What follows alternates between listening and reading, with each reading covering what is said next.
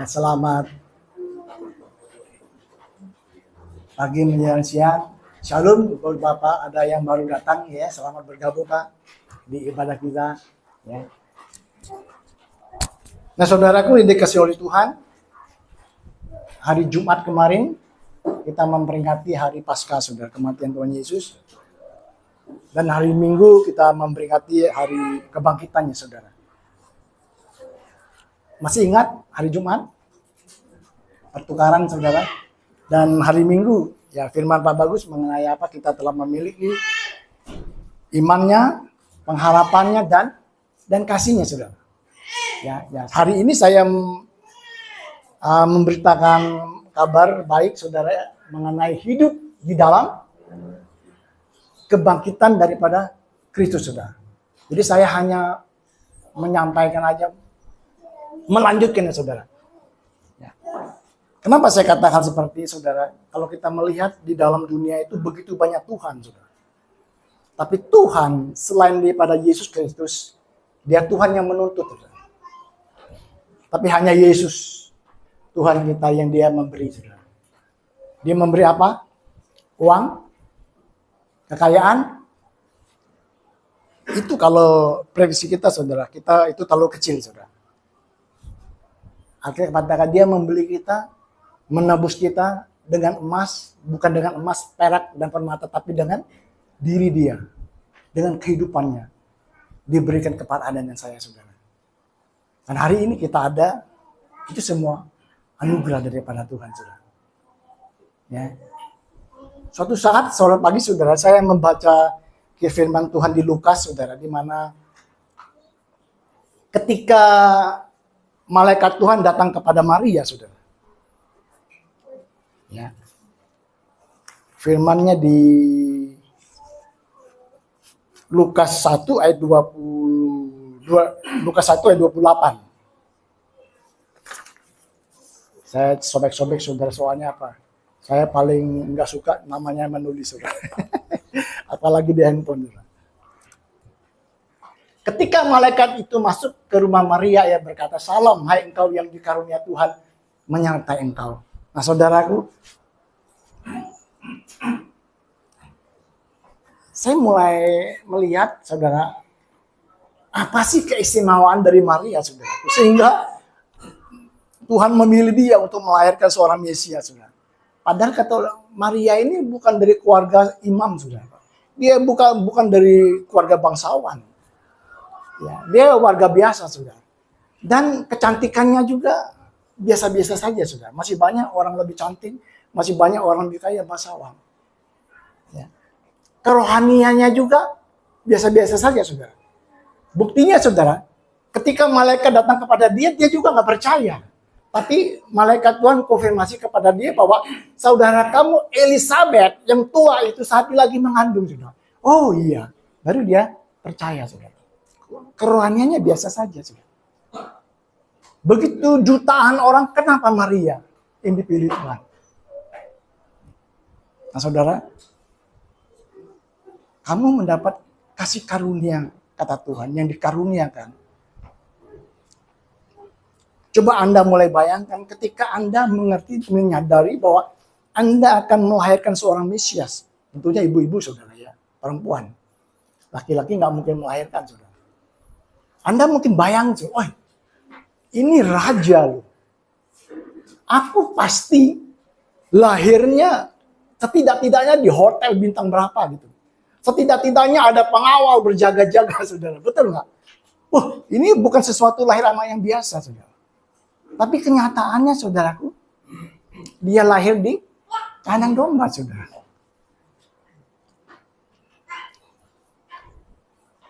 Bagaimana Maria, saudara? Pasti dia bertanya-tanya, saudara. Kemudian, saudaraku, gembala, ya saya singkat cerita, datang menemui Maria, Yesus, saudaraku, dia mulai menceritakan. Oh, Yesus ini, betul. Dia menceritakan Yesus. Nah, Lukas 2 ayat 19. Ketika Maria mengerti hal ini, saudara. Tetapi Maria menyimpan segala perkara itu di dalam hatinya dan mulai merenungkannya. Waduh, wow. Apa kata malaikat kata para gembala? Maria baru, wow, dia tergagum-gagum. Tiba-tiba ya Roh Kudus berbicara tanya saya. Begitu banyak miliaran orang, saudara. Tapi saya dan saudara, Tuhan datang kepada Anda. Salam kasih karunia menyertai engkau. Wah, saya mulai mereview, mengingat saya dulu. Saya waktu datang ke gereja, saudara, nggak ada yang Anda ajak saya, saudara. Saya paling benci dengan orang Kristen yang namanya Yesus, saudara. Saya menolak dia, saudara. Kenapa? Orang Kristen tuh ujung-ujungnya pasti duit, saudara. Argumen saya waktu itu. Saya orang yang main kuasa-kuasa kegelapan, saudara. Kasar. Saya mulai mereview. Anda coba renungkan, saudara. Tiba-tiba saya nonton TV, saudara. Lihat orang Natal, ada sesuatu yang, makanya saya lupa, ada satu bilang, tunjukkan Bapa itu kepada kami, saudara. Kalau kita orang yang belum mengenal Tuhan, saudara, ada satu ruangan kosong di dalam hati nurani kita, saudara, yang merasanya nggak puas, saudara. Ada sesuatu yang nggak puas, tapi ketika kasih Bapa itu memasukin, baru kita merasa, oh saya benar-benar puas, hidup saya benar-benar, saudara. Betul. Nggak ada yang nginjil, saya nggak ada paling penting ya saya percaya ada adik-adik saya, doa saya, saudara. Tapi saya punya suatu kerinduan. Sama seperti Maria, Tuhan datang kepada Maria. Wow. Kemudian ketika saya percaya Yesus, saya terima Yesus, saya pikir hidup saya akan lebih baik sebelum saya terima Yesus, saudaraku. Soalnya waktu saya diinjilin, waktu saya ada cerita kepada saya, udah ada.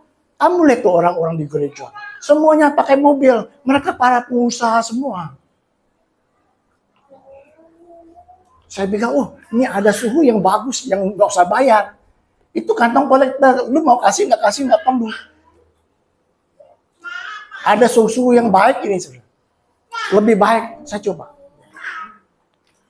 Kalau ada orang yang bicara seperti itu, ya saudara, itu menambah kuota sebagai orang percaya.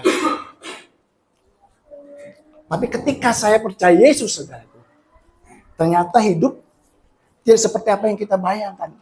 Kenapa saya kata kali ini, saudaraku? Kita biasa hidup di dalam daging, saudaraku. Ketika kita terima Yesus, kita mulai hidup menjauh daripada daging itu, saudaraku.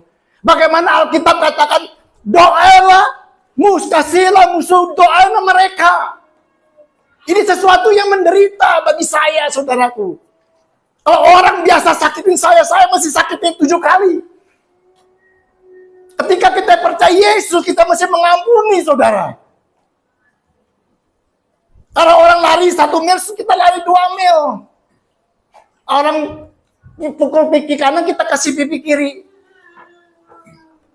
Saudara. Kenapa? Susah, saudara.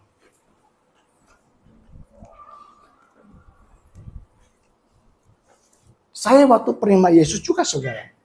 Berpuluh-puluh tahun, saudaraku. Saya jadi cuma beragama, saudara.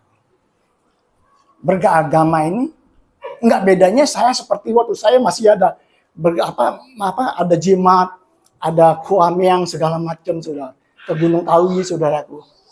Ke gereja pinginnya apa? Berkat, kaya. Betul? Ya. Kenapa? Karena kita dituntut seperti itu. Kamu mesti taat loh. Kalau nggak taat, kamu tidak akan pernah mengalami kasih Tuhan. Sehingga kita kadang-kadang dipaksain pulsa Amsal. Saudara. Kalau anak kamu bodoh di sekolah, pasang tuh Amsal. Bisa jadi pintar. Saudara. Itu kita beragama, saudara. Kita ikut semua pelaturan. Saudara. Tapi ketika kita mengerti Injil kasih karunia, saudara, saya mulai merenungkan, saudara. Sama seperti Maria. Saya mulai merenungkan kelahirannya, kematiannya, penguburannya, saudara, dan kebangkitannya, saudara. Wow. Nah, sama seperti Maria. Dia telah kasih, yang Pak Bagus minggu kemarin, pengampunannya, saudara. Kalau hari ini, saudaraku, ada Anda teringat dosa-dosa masa lalu Anda, saya yakinkan itu bukan dari Tuhan, itu dari iblis untuk mengintimidasikan Anda dan saya. Sering terjadi hal ini, saudara. Bukan enggak, saya ngalami, saudara. Tiba-tiba kita itu dikasih duka karena kita ingat dosa-dosa lalu kita. Amin. Tuhan juga nggak ingat kita ingat Tuhan, ingat dosa-dosa kita. Tuhan telah mengampuni dosa Anda dan sehari kemarin, hari Anda sampai selama-lamanya, saudara. Kalau Anda tiba-tiba diingatkan dosa masa lalu Anda, itu intimidasi dari kuasa kegelapan untuk menuduh Anda dan saya, seberapa besar pun dosa yang Anda lakukan, saudara.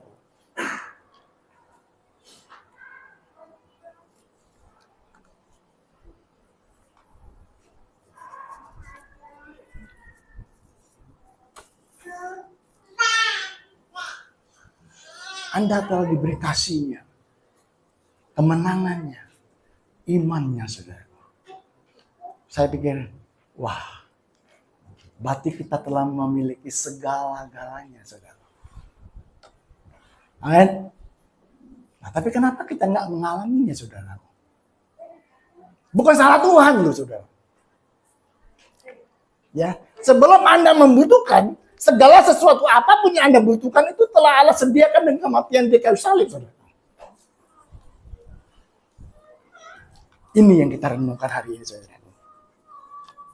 Kolose 2 ayat 13 dan 14. Saya mengulangi ayat yang disampaikan oleh Pastor Hari, saudara.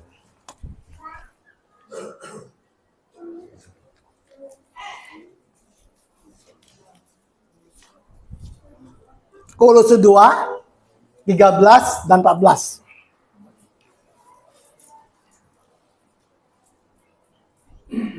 Kamu juga meskipun dahulu mati oleh pelanggaranmu dan oleh karena tidak disunat secara lahiriah, telah dihidupkan Allah bersama-sama dengan Dia sesudah Ia mengampuni segala pelanggaran kita dengan menghapus surat hutang yang oleh ketentuan-ketentuan hukum mendakwa dan mengecam kita, dan itu ditiadakannya dengan memakunya pada kayu salib, saudara.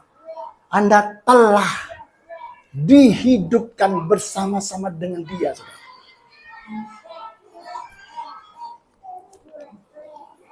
Yang saya katakan tadi, saudaraku, kita diterima keselamatan gratis, saudara. Tapi Yesus yang bayar segala dosa Anda dan hutang Anda dengan memakunya di kayu salib, saudara. Ya. Efesus 2 ayat 1, saudara. Ini bahasa Inggrisnya, saudara. Saya waktu itu saya tanya Parsela, bahasa Inggrisnya seperti apa, saudara? Nah, ini, saudara. Kamu dahulu sudah mati karena pelanggaran-pelanggaranmu dan dosa-dosamu. Tetapi bahasa Inggrisnya, saudaraku, saya kan lebih panjang tulisannya. Saya tanya Parsela, dia kan seperti ini. Dan kamu sudah dibangkitkan, saudaraku. Dengan kata lain, dijadikan hidup yang dahulu sudah mati karena pelanggaran-pelanggaranmu, saudaraku. Anda telah dibangkitkan dan dijadikan hidup, saudaraku.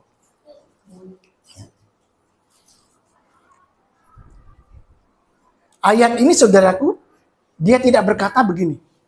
Ketika kamu percaya, ketika kamu mencari, atau kamu meminta kepada Tuhan, kamu akan dibangkitkan. Tidak. Dengan kata lain, telah dilakukan. Anda sudah diberi dan Anda sudah menerima.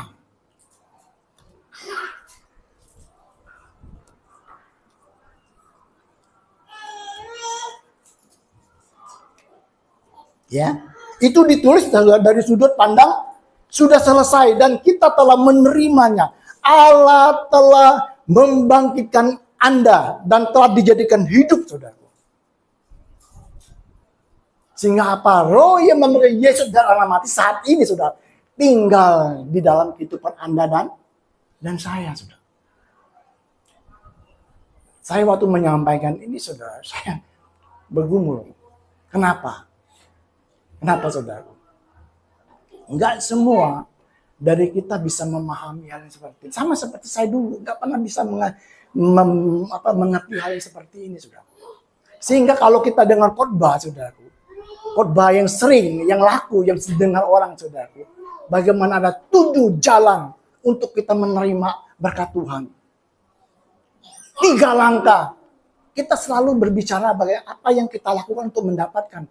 Ini mudah kita cerna, saudara. Mudah kita tangkap, saudara.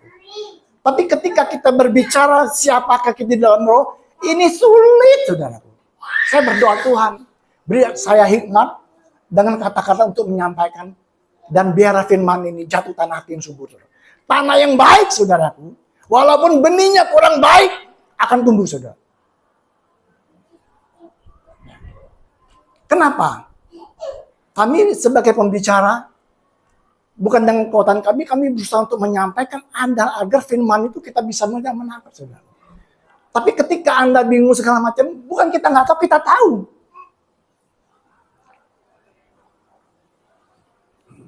Benar, saudara, benar kita tahu. Kalau hal-hal mengenai kehidupan, saudaraku, itu bagaimana usaha. Kalau Anda dan saya mengerti, kalau kita mengerti, apa yang sudah kita miliki dalam Tuhan, Anda tidak perlu untuk mengandalkan siapapun, saudaraku. Bukan berarti pendeta nggak penting, saudaraku. Amin.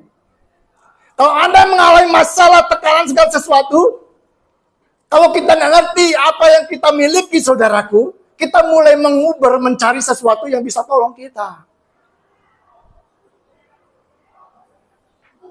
Hamba Tuhan datang ketika kita lagi bergumul, detik itu dia peluk kita, dia berdoa bersama kita.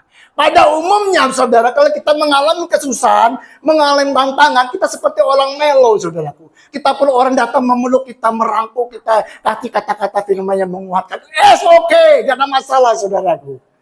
Tapi itu tidak akan jangka panjang, saudaraku. Ketika hamba Tuhan itu pergi, pendeta Anda pergi, Anda yang mengalami tantangan, Anda yang menghadapi peperangan, itu saudaraku. Itu Anda mesti mengerti kebenaran firman Tuhan, apa yang telah Yesus lakukan di salib dan apa yang telah diberikan kepada Anda, yang sudah Anda terima hari ini, saudaraku.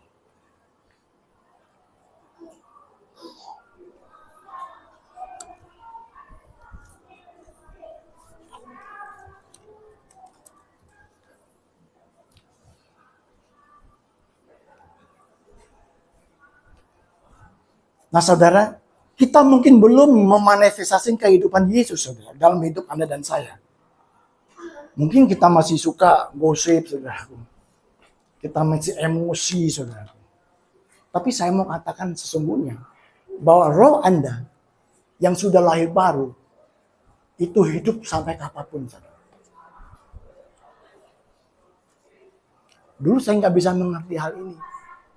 Saya pikir ketika saya mati, terserahlah. Mau dipotong-potong juga, mau dihapus, terserahlah.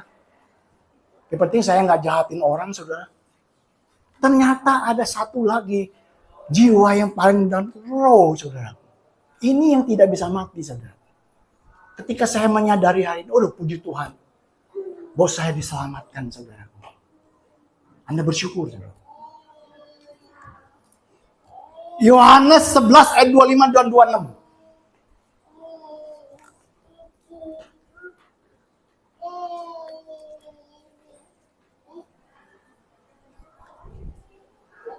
Jawab Yesus, akulah kebangkitan dan hidup. Barang siapa percaya kepadaku, ia akan hidup walaupun ia sudah mati. Dan setiap orang yang hidup dan yang percaya kepadaku tidak akan mati selama-lamanya. Percayakah engkau akan hal ini, saudara? Mungkin Anda baca, Anda bingung, saudara. Tapi saya jelaskan tadi, saudara. Anda sudah lahir baru, roh Anda hidup sampai kapanpun, saudara. Roma 8 ayat 1 berkata, tidak ada penghakiman bagi orang yang di dalam Yesus, saudara. Detik ini juga, saudara, kalau saya mati, saudara, detik yang sama, saudaraku, saya bersama dengan Bapa di surga, saudara. Yakinkan diri Anda.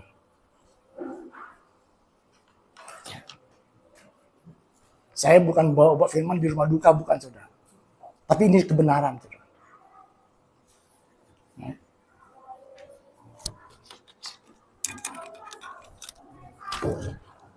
Meskipun tubuh fisik kita masih sakit, saudaraku, jiwa kita masih khawatir, takut, depresi, saudara. Tapi saya mau katakan, roh kita yang lahir baru, hidup seperti Yesus, hidup, saudara.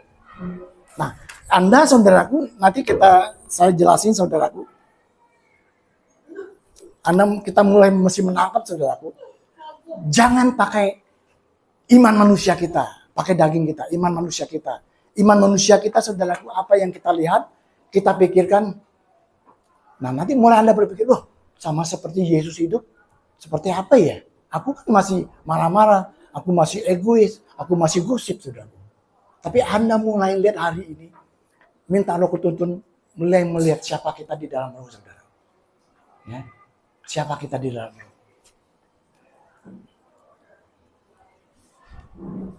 Kita memiliki kuasa kebangkitan Allah di dalam kita. Kita tidak berusaha untuk dijadikan hidup, saudara. Kita telah dihidupkan di dalam dunia roh. Kita telah hidupkan di dunia roh melalui iman. Kita dapat menarik atau mengambil kehidupan itu dari roh ke dalam jiwa dan tubuh kita, saudara. Nah, ini sudah agak sulit, saudara. Kemarin Pastor Bagus bilang imannya, saudara. Bukan iman di dalam Yesus, iman Yesus, saudara. Anda sudah bisa pernah lihat Tuhan? Belum. Anda bisa lihat dosa? Anda bisa pernah lihat orang diampuni seperti apa? Enggak, saudara. Kita butuh iman, saudara.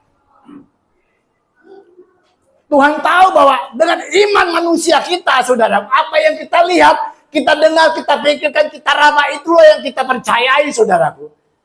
Untuk itu Anda dan saya, kita tidak mungkin bisa hidup di dalam keadaan kasih karunia Tuhan, saudaraku.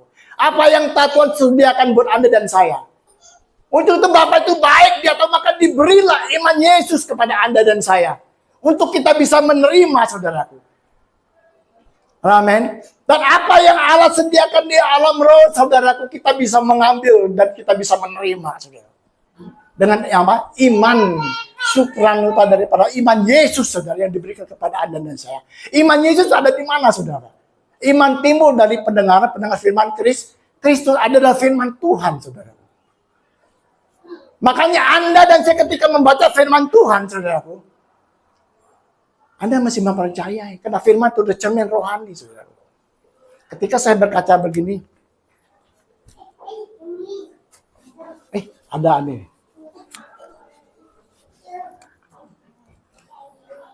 Gentong, baju kamu gede. Enggak tuh. Salah. Baju saya gede. Enggak tuh, baju saya pas. Ini baju Renaldi, saudara. Saya pakai. Saya tanya anak-anak saya, Bang pakai nggak? Udah nggak apa-apa lah, Pak. Walaupun 60 tapi jiwanya 35. Amin. Enggak dong, saya cermin sini. Baju saya ini kecil, tapi pas dengan badan saya. Amin. Jadi Anda masih mempercayai firman. Seperti cermin rohani. Kalau firman berkata bahwa kamu sudah dikasih, kamu masih percaya bahwa kita sudah dikasih, saudara. Jangan berpikir bahwa Anda tidak dikasih. Kalau Anda tidak dikasih, berarti Tuhan berhenti jadi Tuhan, saudara. Kenapa? Karena Tuhan itu adalah kasih itu sendiri. Tuhan itu bukan mengandung kasih, Tuhan itu kasih itu sendiri. Kalau Anda percaya bahwa Anda tidak dikasih, berarti hari itu juga Tuhan berhenti menjadi Tuhan. Nah, itulah kasih daripada Tuhan. Dia nggak pernah berhenti untuk mengasihi Anda, saudara. Bukan apa yang Anda lakukan dan Anda tidak lakukan. Dia tetap mengasihi Anda.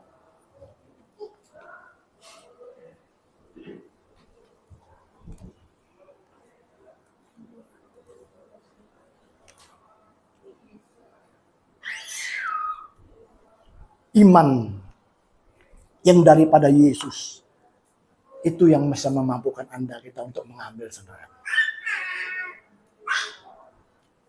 Nah saudaraku, ini mudah nggak? Sulit saudara. Kalau kita nggak bisa mengerti dan memahami. Tapi ketika Anda mengerti dan bergaul lewat Tuhan, lewat kebenaran firman-Nya saudaraku. Nah itu kadang-kadang dia secara fisik dia datang saudara. Kalau nggak percaya tanya Pak Bagus saudara. Anda semua yang mengalami.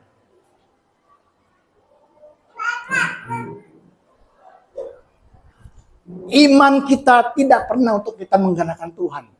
Amin. Dan sebagai Tuhan, Dia telah bergerak. Dia telah menyediakan segala sesuatu apapun yang Anda butuhkan. Sebelum Anda membutuhkan, Dia sudah menyediakannya, saudaraku. Ketika kita berkata, bilu-bilu Yesus menyembuhkan, itu berkata Tuhan. Memaksa Tuhan untuk menyembuhkan saya. Bukan, saudara. Amin. Tapi kita berkata bahwa bilu-bilu menyembuhkan saya. Perkataan ini, saudaraku, mendorong iman kita, saudaraku, untuk kita apa? Menerima kesembuhan itu, saudara. Makanya ketika Anda berdoa, yakinkan bahwa Anda sudah menerima. Karena doa orang benar, dengan yakin doakan akan besar kuasanya, saudara. Amin. Nah, Anda mulai berdoa dan tanya Roh Kudus, karena ada dalam pikiran saya. Mulai mengerti akan kebenarannya pada firman Tuhan ini, saudara.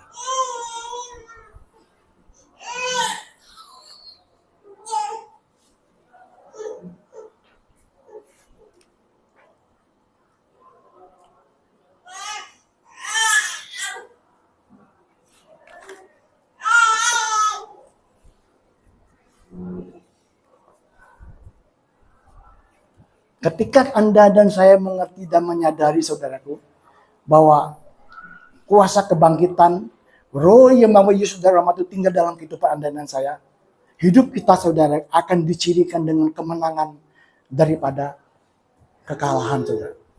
Bukan berarti kita mencapai kesempurnaan tanpa dosa dan tidak pernah membuat suatu kesalahan. Maksudnya, saudara, ketika kita mengerti, mengakui bahwa Kristus telah melakukannya, bahwa kita telah memiliki kehidupan kebangkitan dan sama seperti Yesus di dalam kemenangannya. Kemenangan adalah efek samping yang tidak bisa kita elak, saudara. Kenapa saya mau katakan ini, saudara? Tuhan, Dia selalu bekerja dengan kuasanya yang ada di dalam diri Anda dan saya. Dia bukan dari luar, dari Anda dan saya. Amin. Ketika Anda dan saya mengerti dan memahami bahwa Roh yang membawa Yesus dari orang mati tinggal dalam kehidupan Anda dan saya, kita mulai mempercayainya, saudaraku. Efek sampingnya, kemenangan demi kemenangan akan Anda hadapi sendiri, saudara. Kita nggak berusaha apa-apa karena kuasa ada di dalam diri Anda dan saya, saudara. Ketika kita mengalami satu kesulitan, suatu tantangan apapun dalam kehidupan Anda dan saya, ada sesuatu dorongan dari dalam diri Anda, saudara, yang membuat Anda beda ketika melihat sesuatu yang Anda hadapi dalam kehidupan Anda dan saya. Amin. Anda pernah mengalaminya, saudara? Ya. Ketika kita lihat istri kita, pamannya atau suami kita, istri ngomel menurut saudara. Suami kita pamannya jarang pulang atau segala macam sesuatu yang kita hadapi, saudara. Di dalam kita berkata, kita tahu musuh kita itu bukannya darah dan daging, tetapi kuasa-kuasa roh-roh jahat yang ada di udara, saudara. Jadi ketika kita menyadari, saudaraku, dan kita menghadapi respon yang berbeda, saudara. Dalam segala aspek kehidupan Anda dan saya. Bahkan ketika orang memaki Anda, berbuat jahat kepada Anda, kita bisa merespon yang benar dan kita bersikap benar, saudaraku. Karena inilah tujuan daripada kuasa kebangkitan yang ada di diri Anda dan saya, saudara.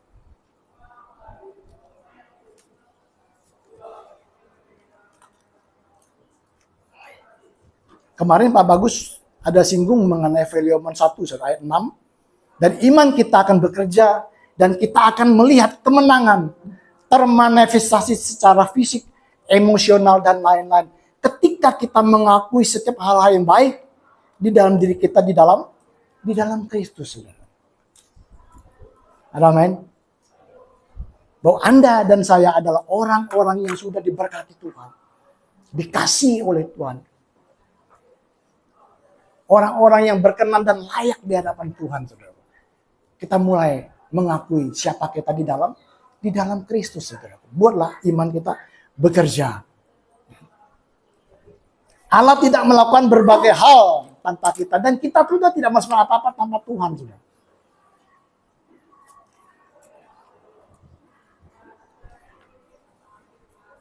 Tapi Allah adalah pribadi yang menyediakan segala sesuatu terlebih dahulu dalam roh.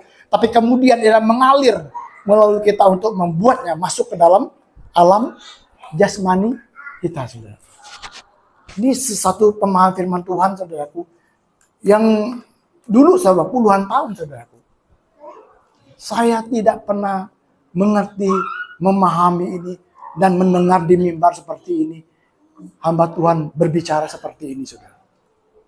Tapi ketika aku dari Pak Bagus mengerti Injil kasih karunia Tuhan, saya baru bisa menyadari hal yang seperti ini, saudara. Dan mulai hari lepas hari, mulai merenungkan, saudaraku, mengenai siapa saya di dalam Yesus, apa yang saya sudah miliki dalam Dia, dan apa rencana Allah itu dalam kehidupan Anda dan saya. Dulu kita ditekanin, saudara, melayani, saudaraku. Sehingga waktu dari hari Senin sampai hari Minggu, saudaraku, FA itu siang malam pagi sore, saudaraku. Sampai kita capek-capek, udah gak peduli lah, saudara. Tapi ketika kita mengerti melayani itu bukan hanya di gereja seperti ini, saudara. Bukan. Kita menyerahkan seluruh hidup kita kepada Tuhan. Dimanapun kita berada, saudaraku. Terutama dalam rumah, saudara. Dulu saya gak pernah mengerti hal ini, saudaraku. Di luar saya melayan begitu sangat luar biasa, tapi di rumah orang anak-anak istri bilang saya jahat, saudara. Karena kita nggak ngerti, kita nggak tahu. Kita pikir sebanyak kita melayan, dengan segala daya kita itu Tuhan sayang kita. Tapi salah, bukan seperti itu. Pelayan bukan hanya di mimbar, bukan hanya WLC segala macam. Dimanapun Anda berada, kalau Anda sebagai pegawai, mari bekerjalah dengan baik, saudaraku. Banyak hari-hari ini orang bekerja buat apalah kerja setengah mati, bos yang kaya. Enggak, jangan memiliki pikiran seperti ini, saudara. Kerjalah sebaik mungkin, saudara. Amin. Apalagi dalam keluarga dan rumah tangga kita, saudara.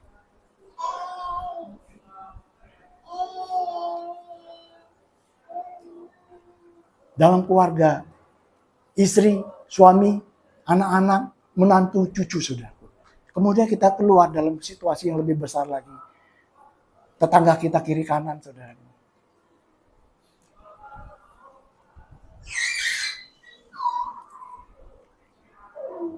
Anda tahu ketika Yesus, saudaraku, waktu dia disalib, kemudian Rasul Paulus di Korintus berkata seperti ini. Waktu perjamuan kudus, ingatlah akan aku, apa yang Yesus telah lakukan, saudaraku. Hari ini, saudaraku, kita mulai merenungkan seperti yang Maria lakukan, seperti saya lakukan. Mulai merenungkan, saudaraku. Ya, apa yang telah Tuhan Yesus selesaikan, lakukan di kayu salib, yang sudah diberikan kepada Anda, yang sudah Anda terima hari ini, saudara. Mulai merenungkan, saudara. Dan apa yang dapat Anda lakukan atas apa yang sudah kita terima. Amin. Tuhan menciptakan Anda dan saya bukan seperti robot, saudaraku. Umpamanya sebuah robot taat, kamu mesti taat, kalau enggak dihukum, saudara. Enggak. Dia kasih kita kehendak bebas, saudara. Anda suatu pilihan dalam kehidupan Anda dan saya. Nah, sekarang apa yang mesti Anda dan saya lakukan? Ketika kita sudah menerima daripada Tuhan Yesus, saudara. Hari ini kalau Anda sudah menerima kasih-Nya, saudaraku, marilah kita tunjukkan dengan kita mengasihi sesama kita, saudaraku. Kenapa saya katakan hal ini, saudaraku? Karena hari-hari ini Yesus sendiri berkata bahwa kasih itu semakin hari semakin berkurang, saudaraku. Dan hari ini Anda yang sudah menerima kasih, saudara, mari jangan egois, saudaraku. Mulai praktekkan kasih itu, saudara. Kemarin Pak Sela bertanya kepada Pak saya, dia bilang begini, Pak, Kalau Tuhan itu baik, Tuhan itu mengasihi semua manusia, tapi kenapa masih ada orang yang kelaparan? Bahkan ada yang mati kelaparan, saudara. Kenapa? Ya, saya juga bingung jawabnya. Tapi Persela jawaban di berapa ini. Pak, ternyata jawabannya Tuhan mau kita untuk menyatakan kasih kepada orang yang kalau kita tahu dia kelaparan. Jawabannya gampang, saudara. Ya. Ternyata Tuhan mau kasih daripada Allah dalam diri Anda dan saya itu. Kalau Anda mengetahui ada orang yang kelaparan, mari Anda tunjukkan kasih kepada orang yang kelaparan tersebut agar dia tidak lapar, saudara. Dan hari-hari ini banyak orang kelaparan, saudara. Ya, kasih. Ya. Itulah yang Tuhan kehendaki. Kalau Anda hari terima kebaikan daripada Tuhan, mari tunjukkan kebaikan Anda dan saya lewat apa? Segala aspek kehidupan Anda dan saya. Dimanapun Anda berada, saudara. Anda dan kita berbuat baik bukan untuk mendapatkan keselamatan, tapi kita selamatkan, kita dapat keselamatan, kita dapat kebaikan Tuhan. Marilah kita berbuat baik dimanapun kita berada. Jangan kalangan sendiri, saudara. Jangan kalangan sendiri. Mulai lakukan, saudara. Itulah yang Tuhan kehendaki hari ini, saudara. Sehingga dia mau Anda dan saya hidup di dalam kerajaan Allah, saudara. Untuk mempraktekkan gaya hidup surgawi di mana Tuhan tempat kata Anda dan saya. Dia telah memberi segala, bahkan kuasanya diberikan kepada Anda dan saya, saudara.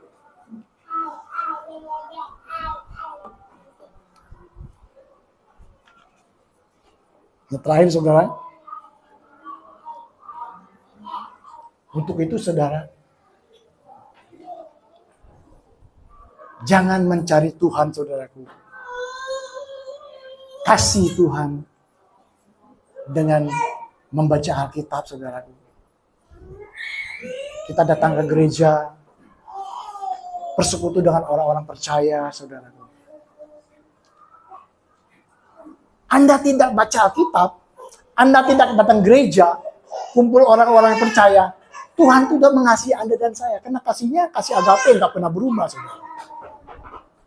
Masalahnya kalau Anda tidak baca Alkitab, Anda tidak tahu bahwa Tuhan mengasihi kita dari kasih kita yang berkurang kepada Dia, saudara. Kalau Anda tidak pergi ke gereja, saudaraku, Dia juga sayang Anda. Anda nggak ke gereja, Dia juga sayang, saudara, mengasihi Anda. Masalahnya, Anda dan saya, kita menutup diri kita untuk kita berjalan di dalam iman, saudaraku. Maka Alkitab kita bodoh. Amin. Kalau Anda umpamanya tidak ke gereja, Anda berkumpul dengan orang-orang dunia, dengan keadaan ekonomi hari-hari ini, saudaraku, ya udah dah, puasi deh, mati deh, hanya kata-kata yang kutuk yang keluar dari mulut kita, membuat kita khawatir, membuat kita takut dan segala-galanya, saudara. Tapi ketika kita datang di tempat ini, saudaraku, kita dengar firman bahwa Allah mencukupi segala kebutuhanku menurut kekayaan dan kemuliaan dalam Kristus Yesus Tuhan, saudara. Ketika kita membaca ini, kita ucapkan, iman kita bergerak untuk apa? Untuk menerima, mengambil segala apapun yang kita butuhkan dalam kehidupan Anda dan saya.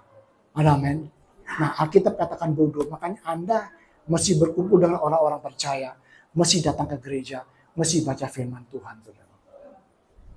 Ya, ya saudara, firman Tuhan singkat hari ini, ya, mengingatkan Anda, menyadarkan Anda bahwa saat ini kuasa kebangkitan itu ada dalam kehidupan